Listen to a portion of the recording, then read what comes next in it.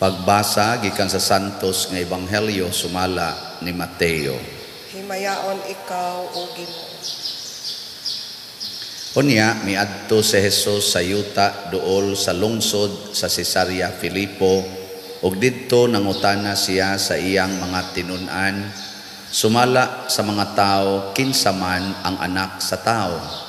Sila mitubag, may nag-ingon nga siya mao si Juan nga magbubunyag, ang uban nag-ingon nga siya mao si Elias, samtang ang uban nag-ingon nga siya mao si Jeremias ulaing propeta. Si Jesus nangutana kanila, apan kamo unsa may inyong ikasulti, kinsa man ako? Og mitubag si Simon Pedro, ikaw mao ang Mesiyas, ang anak sa Dios nga buhi.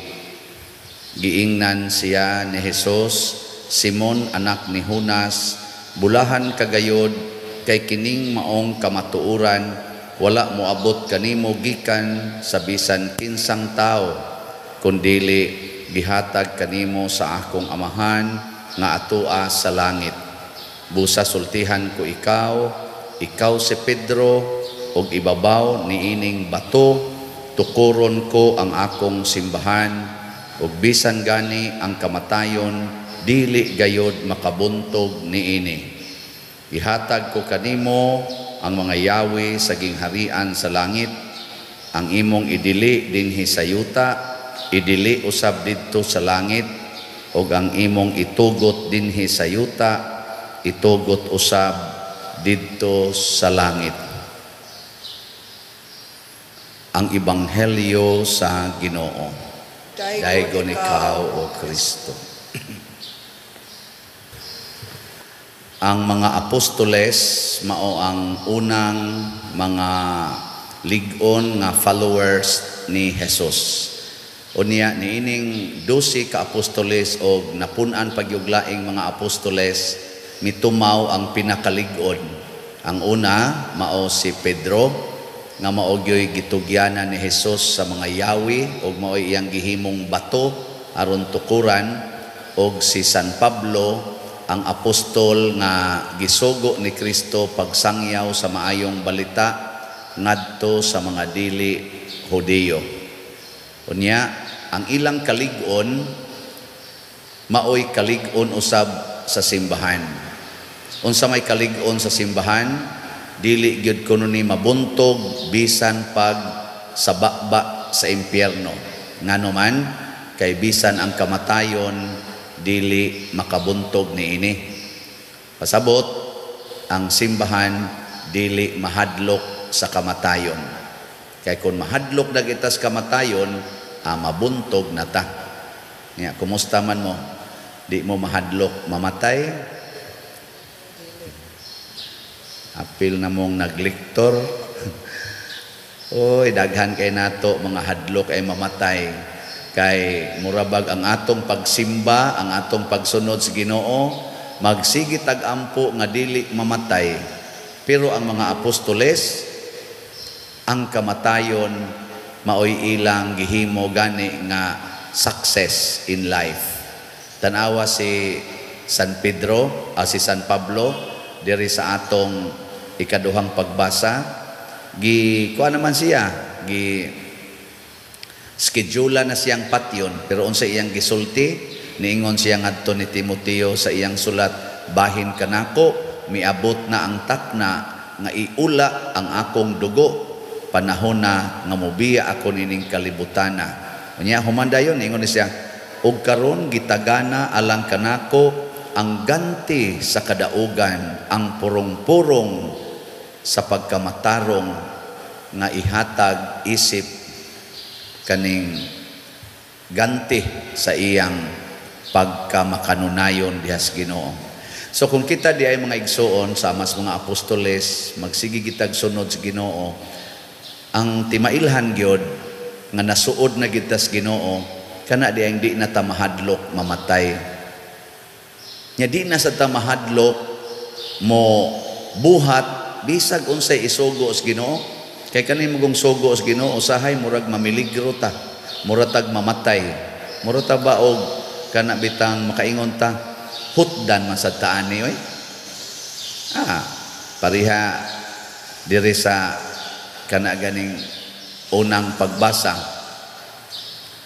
si Santiago gipatay ni Saulo. Kani si Saulo mo ni si San Pedro, gipatay niya ang kuan kani ganing sa dinganana mga apostoles, pero wa mahadlok nga namatay si Santiago or si Saint James nya sa siging panglutos kay porti namang panghasi gito ni Pablo, hasta siya na converter na hinoon tungod tos kamatayon ni Santiago, kato pa si San Esteban.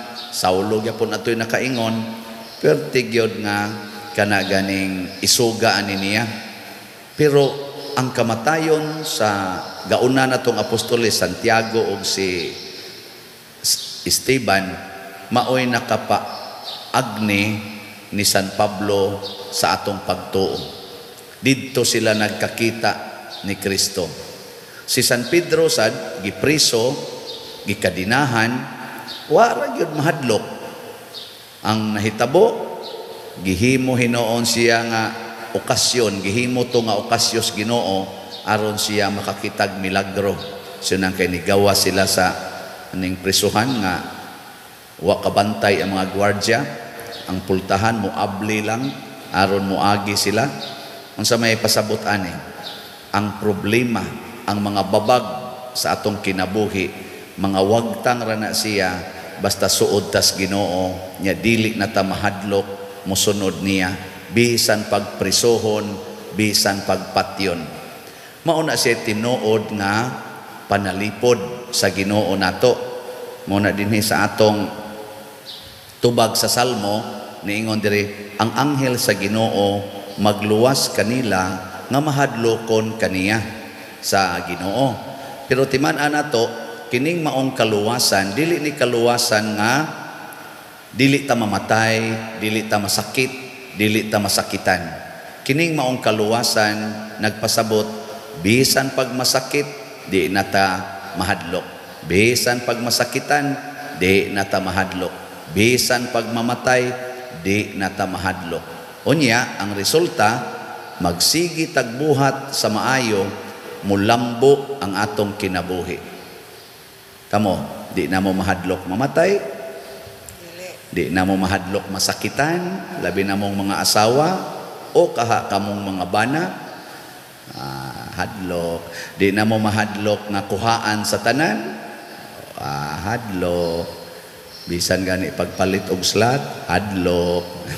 Di lang sa akong report karon ha sa atong slot kay wap ako kakwinta. Daghan tingali kaayo to. Bitaw wa ka lugar kwinta pero ugma na lang ato ning kwintahon. Hinaot unta mahurot pero dugay kay mahurot oy. Ngano man daghan ang mahadlok mo palit. Suway ninyo palit. Di ba sama ni San Pablo makaingon gyud mo ni abot gyud ang akong ganti. Kay wa gyud nagbuhat og maayo nga way ganti. Wa say gabuhat og dautan nga way silot. Mao na ang mga apostoles nagbuhat og maayo bisan pag ang kalibutan misilot kanila. Ato ning sundon mahimo sadtang sukaranan nga lig-on. Atong ipadayag ang atong pagtuo. Nagatuo ako sa Dios Amahan makagagahom sa tanan, magbubuhat sa langit ug sa yuta, ug kang Hesukristo iyang anak nga bugtong Ginoo nato, nagipanamkon sa lalang sa Espiritu Santo, gianak ni Maria nga Birhen, gisakit sa sugo ni Poncio Pilato, gilansang sa cross namatay ug gilubong, mikunsad sa mga minatay, sa ikatulo ka adlaw nabanhaw, mingsaka sa langit ug nagalingkod sa tuo sa Dios, makagagahom sa tanan. Gikan didto mobalik siya aron paghukom sa mga buhi ug sa mga minatay. Nagatuo ako sa Espiritu Santo, sa Santa Iglesia Katolika, sa kaambitan sa mga santos, sa kapasayloan sa mga sala, sa pagkabanhaw sa lawas ug sa kinabuhing dayon. Amen. Mga igsoon, dadon nato ang atong mga pangamuyo ngadto sa atong mahigugmaong amahan diha sa pangama ni San Pedro ug San Pablo, atong mga lig-ong apostol sa simbahan. Muingon kita, Ginoo pamatia kami. Ginoo pamatia kami.